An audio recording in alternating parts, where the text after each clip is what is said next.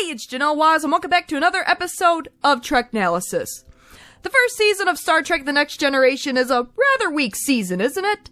Heck, I've even gone so far as to make an entire video about whether or not you can skip Next Gen's first season. For the first season of an otherwise fantastic show, it's pretty bad. But among all the lackluster episodes of that season is one towards the bottom of the barrel, Angel 1. This episode is often described by fans as sexist or even cringy, but over the years, I developed a different interpretation of the episode where I think I understand what the writers were trying to go for. Don't get me wrong though, it's still not a good episode and can definitely be skipped. Except for Riker's outfit. We must all appreciate Riker's outfit. I gotta say, it's, kind of sexy. But maybe the fact that we cringe while watching this episode is the point the writers were trying to make. This week on Treknalysis, we're plotting a course for Angel 1. But before I go any further, make sure you subscribe to my channel. I talk a lot about Star Trek, video games, and whatever else I feel like talking about. Be great to have you aboard. We start the episode typically enough, with the Enterprise being given a new assignment. They're looking for the survivors of a lost Federation freighter, the Odin, previously thought to have had no survivors. The search takes them to Angel 1, a remote planet similar to Earth, but completely governed by women in a matriarchal society. It sounds like my own planet. Klingons appreciate strong women.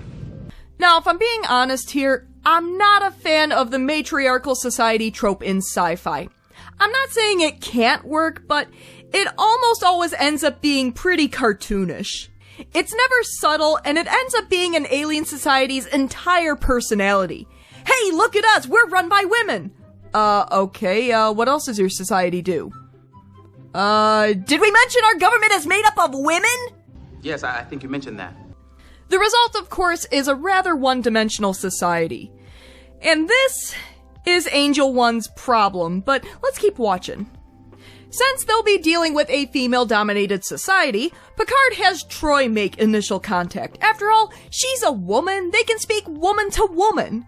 Now, when women first meet each other, it's either Shame on you, girlfriend.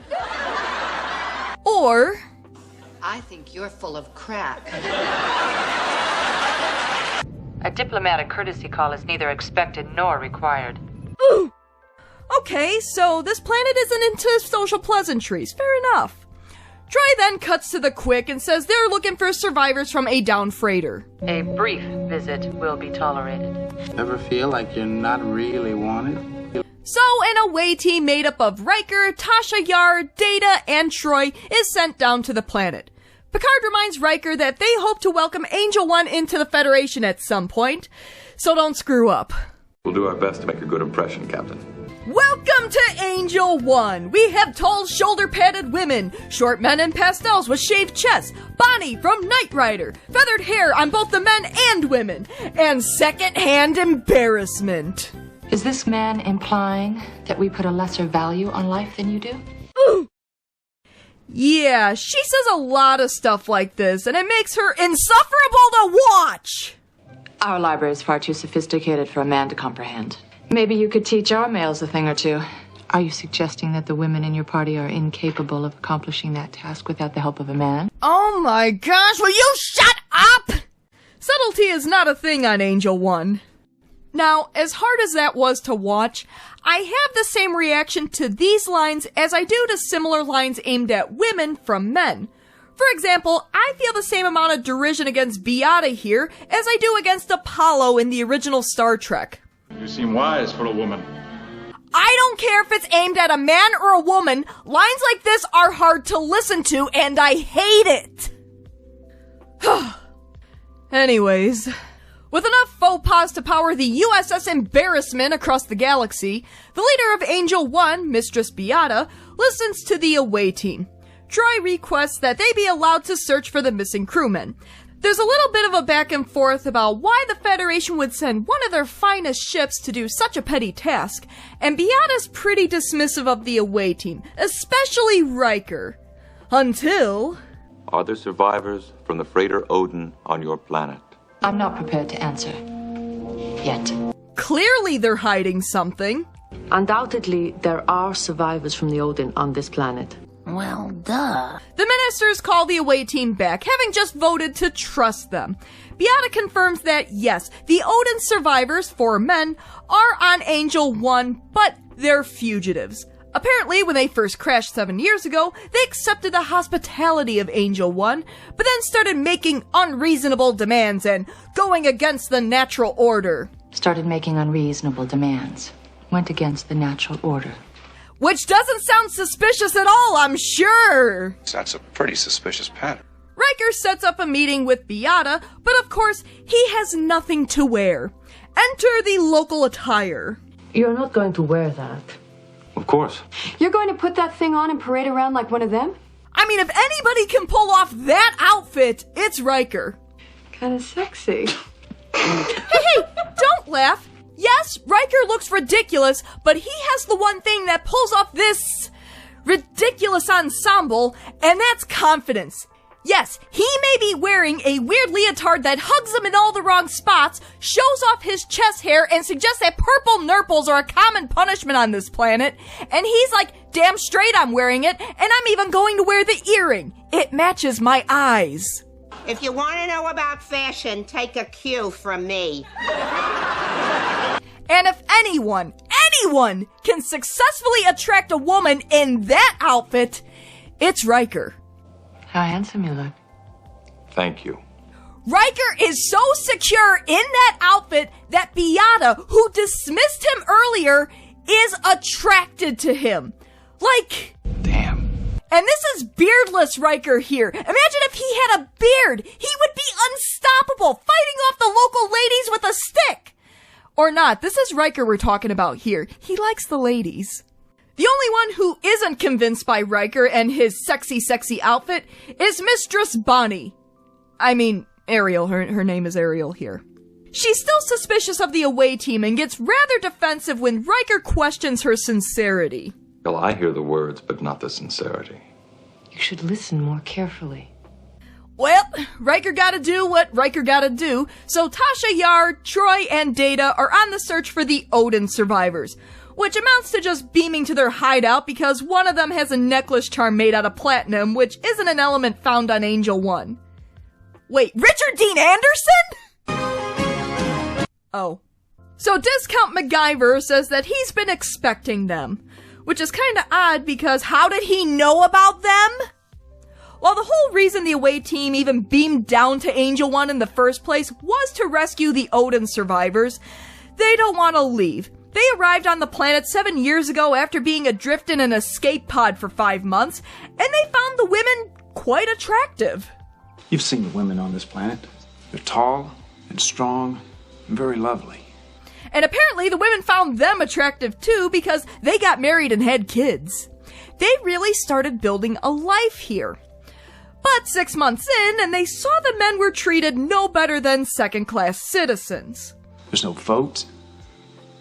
There's no opinions. There's no respect. So they started fighting for equal rights and, well, now they're on the run. In addition to subtlety, freedom of speech isn't a thing on Angel 1 either.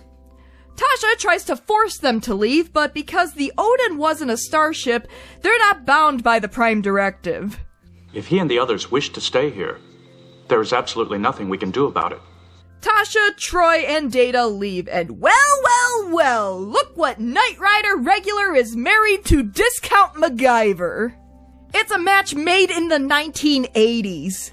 Well, the mission isn't going well, but I bet Riker is having just as tough of a time.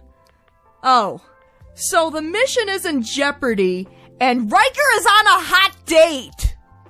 Now, Starfleet are adamant that we maintain excellent diplomatic relations with this planet. We'll do our best to make a good impression, Captain.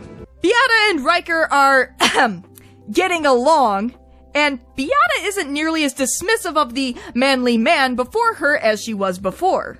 Ladies and gentlemen, confidence!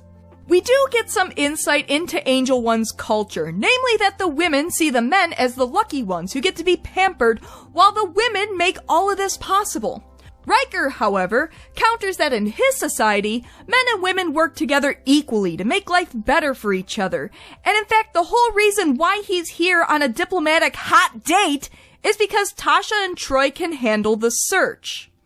The negotiations are going pretty well when the entire away team barges in to announce that the Odin survivors won't leave and they can't make them. I am left with no choice but to sentence them all to death.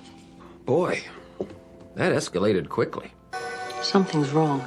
No shit, Deanna! It doesn't take long for Beata's security force to round up the fugitives. Heck, they didn't even need the away team to tell them where they were. They simply followed Mistress Bonnie to discount MacGyver. I'm sorry, Ariel and Ramsey. The Odin survivors, as well as anyone who agrees with them, are locked up and scheduled to be executed the next day. Good going, guys! So, there is a B-plot in this episode which barely relates to the A-plot. A virus breaks out on the Enterprise, the first sign of which is after Wesley hits Picard with a snowball.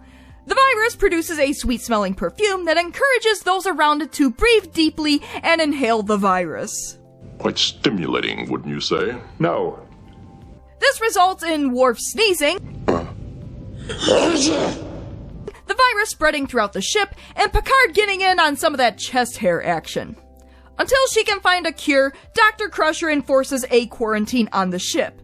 So when Riker decides to risk a court-martial to beam everyone scheduled for execution up, Beverly can't allow it.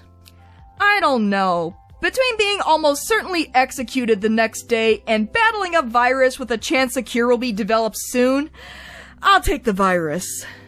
The prisoners are about to be executed via being red staticked to death. As you can see, we are not without compassion. You're channel 3ing them out of existence! What the hell is wrong with you? Riker makes one final plea to Beata, maybe having a little more pull after his negotiations. Riker says that Beata may think she's stopping a revolution by executing the prisoners for their beliefs, but what she's actually trying to do is stop Angel One from evolving, and that by executing the prisoners to silence them, she'll be creating martyrs, which can never be silenced. With Discount MacGyver about to meet his end by static, and the hand of Beata's secretary slowly inching toward the glass globe of death, Ariel lets out a Beata! Ultimately being swayed by Riker's impassioned speech, Beata quietly stops the execution, accepting defeat. She decides that the prisoners will get their children back and they'll be allowed to live in exile. Basically, they'll be too busy worrying about survival that they'll forget about revolutionary ideas. So, I guess this means they're exiled to Angel One's version of Siberia? Or SETI Alpha 5? Is this a happy ending? It's an ending, that's enough. With the virus cured on the Enterprise and the prisoners' lives saved, the away team is beamed back to the ship with a hoarse Picard struggling to give orders. On your mark, sir. And that was Angel One. There are certainly worse episodes on the show, but this one's a low point. That being said, I think I understand what the writers were trying to do with this episode. It's taking the classic sexist trope and flipping the roles. Women in charge and the men belittled and treated like second-class citizens. But the thing is that this would all be just as cringy if it was a male character talking this way about women. And maybe that's the point. That a society where one sex, no matter which one it is, has all the power over the other is dysfunctional. And that when a society lets men and women work together to make life better for each other, they both benefit and create a better world.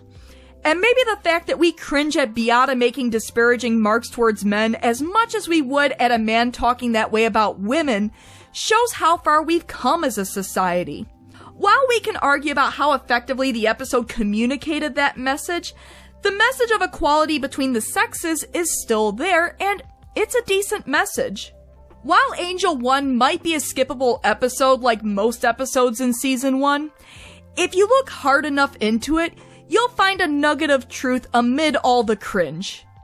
Also, dang, Riker! I'm too sexy for my shirt, too sexy for my shirt. So what do you think? What's your assessment of Angel 1? Is it as bad as people say it is, or is it just misunderstood? Does it have any redeeming qualities, or does it just completely fail? And what are some of Star Trek's cringiest episodes? Please, leave comments below and discuss. As always, thanks for tuning in to another episode of Treknalysis. If you like what you see, why not give my video a like and subscribe to my channel? Tell your friends! Until next time... Engage.